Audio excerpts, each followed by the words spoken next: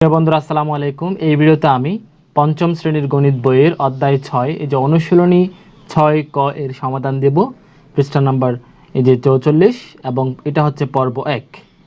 চলো তাহলে শুরু করা যাক। দেখো দেখি এই যে অনুশীলনীর প্রথমত এই যে 1 নম্বরে আছে যে অপকৃত ভগ্নাংশে প্রকাশ করো।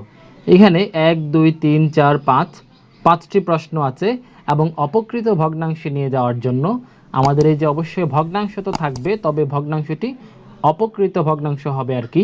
তো এই যে অপকৃততে নেওয়ার জন্য এই যে নিয়ম হচ্ছে এই যে লব, উপরে লব হবে যে কোন রকম পূর্ণ সংখ্যার সাথে হর গুণ।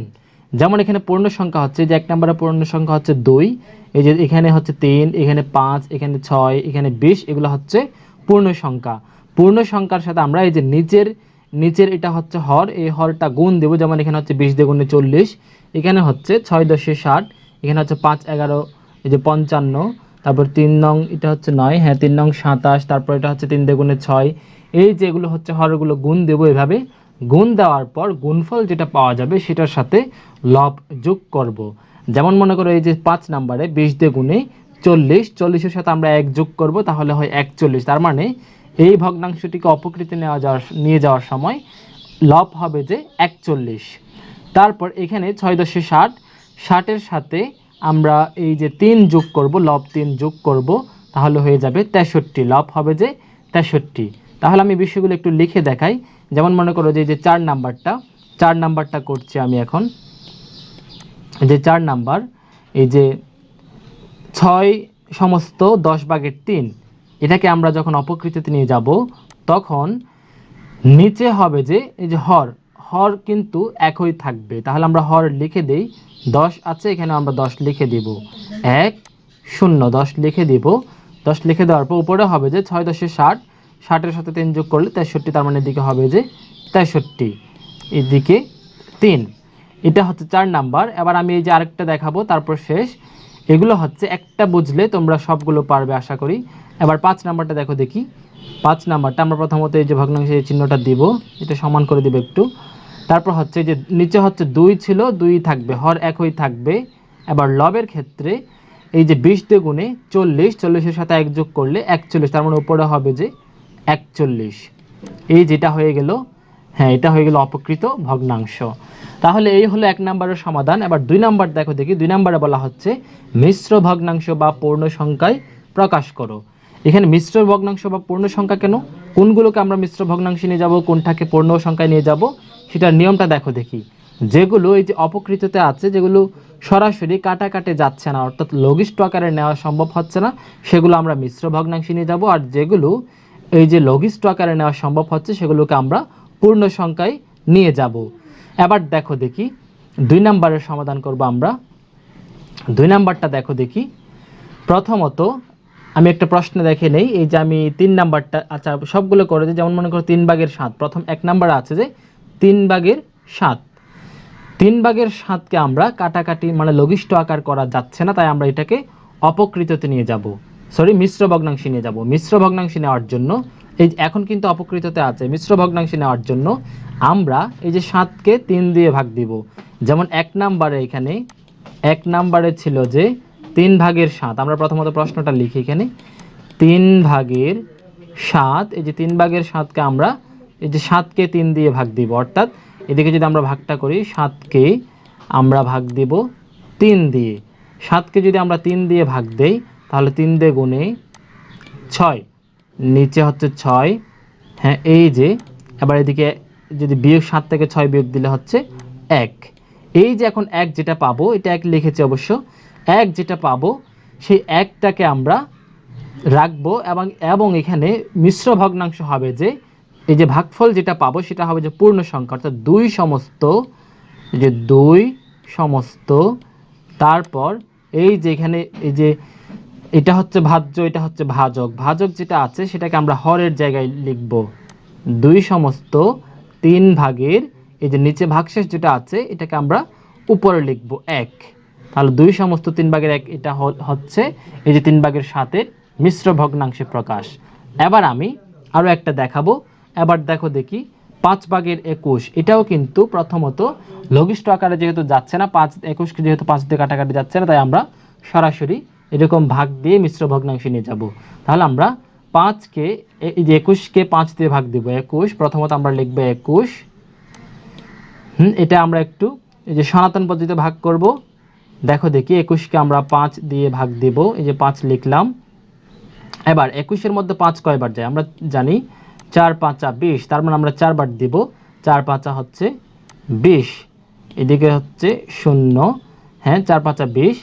এবার দেখো দেখি আবার এটা যদি বিয়োগ করি, 21 থেকে যদি 20 চলে যায় তাহলে হচ্ছে শুধুমাত্র 1, তাহলে এই যে এটা হচ্ছে ভাগশেষ। এবার আমরা মিশ্র ভগ্নাংশ হবে যে এই যে ভাগফল যে 4 আছে, 4টা হচ্ছে পূর্ণ সংখ্যা, 4 সমস্ত এই যে 5 যেটা ভাজক আছে সেটা আমরা এদিকে লিখব হরের জায়গায়, 4 সমস্ত 5/1, এই যেটা হচ্ছে 1, আচ্ছা এটা হচ্ছে 1 লিখেছি, তোমরা একটু বুঝে নিও। তাহলে 4 সমস্ত 5/1, এটাই হচ্ছে এই যে 2 নাম্বারের 2 এর উত্তর। এবার দেখো দেখি 3 নাম্বারটা আশা করি লেখার দরকার নেই, এটা মুখে মুখে বলে দেওয়া যাবে। যেমন 3 নাম্বারটা এখানে 36 আছে, নিচে আছে 9, এটা কিন্তু লঘিষ্ঠ আকারে নেওয়া যাচ্ছে। কোন রকম? আমরা জানি 9 এর নামটা যদি আমরা গুনি 4 নং 36, তাহলে এখানে এটা যদি আমরা কাটাকাটি দেই তাহলে 4 পাওয়া যাবে, এবং 36 যেহেতু বড় তাই আমরা, আচ্ছা এটা একটু এইদিকে দেখো দেখি তোমরা, 4 নং 36 আমরা প্রথমত উপরে 36 লিখব, নিচে 9 লিখব। এবার আমরা কাটাকাটি দেব, এই যেরকম 4 নং 36 এবং 36 যেহেতু বড় তাই আমরা এই যে 4টা কিন্তু বড় সংখ্যার পাশেই বসাবো, 4। তাহলে উত্তর পাওয়া গেল কত? শুধুমাত্র 4 সমান সমান এই যে 4, তাহলে শুধু 4, এটাই হচ্ছে পূর্ণ সংখ্যা। তাহলে এটাকে আমরা মিশ্র ভগ্নাংশতে নিয়ে যাইনি, এটা হচ্ছে পূর্ণ সংখ্যায় নিয়ে গেলাম। এবার এইভাবে তোমরা এই যে সবগুলো পারবা, যেগুলো কাটাকাটি যাবে সেগুলো তোমরা লঘিষ্ঠ আকারে নিয়ে গিয়ে পূর্ণ সংখ্যায় করে ফেলবে, যেগুলো এই যে লঘিষ্ঠ আকার মানে কাটাকাটি যাচ্ছে না সরাসরি সেগুলোকে মিশ্র ভগ্নাংশে নিয়ে যাবে। আশা করি বুঝেছো। এবার 3 নাম্বারটা দেখো দেখি, হিসেব করে 3 নাম্বারটা দেখো দেখি, এগুলো হচ্ছে যে আমি নতুন একটা পৃষ্ঠায় আসলাম, এই যে 3 নাম্বারটা হচ্ছে হিসাব করে, এখানে কিছু ভগ্নাংশ দেওয়া আছে, ভগ্নাংশের যোগ। এখান থেকে আমরা খুব সুন্দর করে সমাধান করব। যেমন মনে করো আমি যেখান থেকে 1 নাম্বারটা করব, 2 নাম্বারটা এই যে 2 নাম্বারটা করি আগে, কারণ 2 নাম্বারটাতে মিশ্র ভগ্নাংশ দেওয়া আছে। এটা করলে একসাথে এটাও বুঝে যাবে তোমরা, যে কোনো একটা বুঝলে আশা করি সবগুলোই পারা যাবে। দেখো দেখি 2 নাম্বারটা প্রথমত আমরা প্রশ্ন লিখব। 2 নাম্বারটা প্রশ্ন হচ্ছে এই যে এখানে আছে 1 সমস্ত 3/2, 1 সমস্ত 3/2, তারপর হচ্ছে যোগ 2 সমস্ত 3/2, এদিকে হচ্ছে 2 সমস্ত, আবার 2 লিখব, আবার 3/2, 3 উপরে হচ্ছে 2। এটা সমাধান করব। সমাধান করার জন্য আমরা প্রথমত অপকৃততে নিয়ে যাব। যেমন এটা হচ্ছে এখন মিশ্র ভগ্নাংশে আছে, আমরা যদি এটাকে অপকৃততে নিয়ে যাই তাহলে অপকৃততে নেওয়ার এই যে 1 নম্বরে কিন্তু আমরা অপকৃততে নেওয়ার কাজটি শিখেছি। এখন দেখো দেখি এটাকে অপকৃততে নিয়ে যাব। প্রথমত হর একই থাকবে, হর লিখে দিব 3। এবার লব হচ্ছে এই যে এটাকে হরকে আমরা এই যে পূর্ণ সংখ্যার সাথে গুণ দিব, 3 একে 3, এই 3 এর সাথে 2 যোগ করব, 3 একে 3, 3 এবং 2 হচ্ছে 5, তার মানে এদিকে হবে যে 5। এবার যোগ চিহ্ন আছে মাঝখানে, যোগ চিহ্ন রাখবো। এবার এদিকে দেখো দেখি প্রথমত নিচে আমরা হরটা যেরকম আছে বসিয়ে দিব, হর 3 বসালাম। এবার 3 দুগুণে 6 এবং যদি আমরা 2 যোগ করি তাহলে 6 7 8, তার মানে এখানে হবে যে 8। এদিকে আমরা 8 লিখব, এই যে 8 লিখলাম। এবার দেখো দেখি এবার আমরা কাজ করব ভগ্নাংশ, এই যে 2টা ভগ্নাংশ পেয়ে গেলাম অপকৃত ভগ্নাংশ। এবার আমরা নিচের লসাগু বের করব, নিচের হরের লসাগু। তাহলে 3 এবং 3 এর লসাগু হচ্ছে এরকম, যদি একই রকম সংখ্যা হয় তাহলে সরাসরি একটা 3, মানে 3 এবং 3 এর লসাগু হচ্ছে 3। তাহলে আমরা এখন 3, এই যে 3 এর পরিবর্তে আমরা এই যে সরাসরি একটা টান দিয়েও লিখতে পারি, অথবা এই যে আচ্ছা একটা টান দিয়ে করে ফেলি, এরকম একটা টান দিয়ে, এটা একটু বাড়তে পড়ে গিয়েছে তোমরা একটু এটা মুছে দিও, এই মানে এরকম সমান করে একটা টান দিবে। তারপর হচ্ছে 3, এই যে 3 দুইটার পরিবর্তে একটা লসাগু 3, নিচে একটা 3 বসবে। তারপর এবারে এই যে হরের সাথে আমরা হরকে ভাগ দিব, মানে যে লসাগুর সাথে লসাগু 3-এর সাথে হরকে ভাগ দেবো, তার মানে 3কে 3 দিয়ে ভাগ দিলে 1 পাচ্ছি। এই এই যে ভাগ ভাগ করে যে 1 পেলাম আমরা, 1কে আমরা 5-এর সাথে গুণ দেবো, তাহলে 5-একে 5, এদিকে আমরা বসাবো 5, মানে হর দিয়ে ভাগ এবং ভাগ করে যেটা পাওয়া যাবে সেটার সাথে লবকে আমরা গুণ দেব। এবার এদিকে যোগ চিহ্ন আছে জন্য আমরা যোগ বসাবো। এবার এদিকে আবার দেব হর দিয়ে ভাগ, 3-একে 3, তার মানে 1-এর সাথে 8কে ভাগ এই যে গুণ দিলে 8-একে 8। হ্যাঁ, এবার আমরা এই যে সমান সমান দিয়ে আমরা এখন নিচে লসাগু 3 ছিল, আমরা নিচে 3 বসাবো, এই যে 3। এবার উপরে 5 এবং 8 আমরা যোগ করব, 5 এবং 8 যদি আমরা যোগ করি 8 5 হচ্ছে 13, তাহলে এখানে লিখে দিব কত, 13। এই যে 13 রাখলাম। এখন এই যেটা একটা ভগ্নাংশ পেয়ে গেলাম আমরা, প্রথমত আমরা দেখব যে ভগ্নাংশটি কাটাকাটি যাচ্ছে কিনা, অর্থাৎ লঘিষ্ঠ আকারে করা যাচ্ছে কিনা, কারণ ভগ্নাংশকে সব সময় লঘিষ্ঠ আকারে রাখতে হবে। অর্থাৎ লঘিষ্ঠ এখানে যদি এটা যদি কাটাকাটি যায় কিন্তু আমরা যদি না দেই তাহলে কিন্তু আমাদের উত্তরটি হবে না।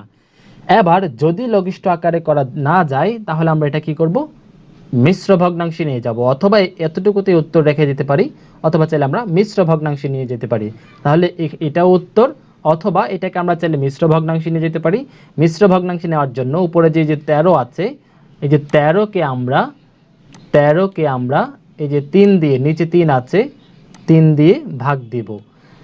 তাহলে ভাগ দিলে 3, আমরা জানি এই যে 3 4 12, তাহলে দেখে 4 দিয়ে যদি গুণ দেই ভাগ ফলে যে দিকে 4, তাহলে 3 4 12, এদিকে আমরা নিচে 12 লিখব এবং 13 থেকে যদি 12 বিয়োগ দেই তাহলে পাওয়া যাবে 1। আমরা এদিকে 1 লিখে দেই, এই যে 1 পেলাম। তাহলে এখন এটাকে মিশ্র ভগ্নাংশ হচ্ছে কত, সমান সমান এই যে ভাগফলটা হচ্ছে পূর্ণ সংখ্যা 4 সমস্ত 3 ভাগের, এই যে 3 ভাগের 1, এটাই হচ্ছে উত্তর। এইভাবে তোমরা এখানে সবগুলো করতে পারো। যেগুলো বিয়োগ আছে এগুলো আমরা কাজ করে যেখানে যোগ করেছি এটা আমরা বিয়োগ করব। এই হচ্ছে পার্থক্য, আর মূলত আর কোনো পার্থক্য নেই। এইভাবে আমরা ভগ্নাংশের যোগ বিয়োগ করতে পারি। এই যেরকম মিশ্র ভগ্নাংশ থাকলে প্রথমত আমরা অপকৃততে নিয়ে যাব, তারপর হরগুলোর লসাগু নিব, লসাগু নিয়ে হর দিয়ে ভাগ করে যেটা পাওয়া যাবে সেটার সাথে আমরা লবকে গুণ দেব। আশা করি তোমরা এই যে 1 2 3-এর সমাধান ভালো করে বুঝেছো। এই যে এরপরে 4 নাম্বার হিসেব করো, এটাও কিন্তু একই রকম, এবং এই যে 4 5 6 এটা আমি পর্ব 2-এ আলোচনা করব। তাহলে দেখা হবে পরবর্তী ভিডিওতে।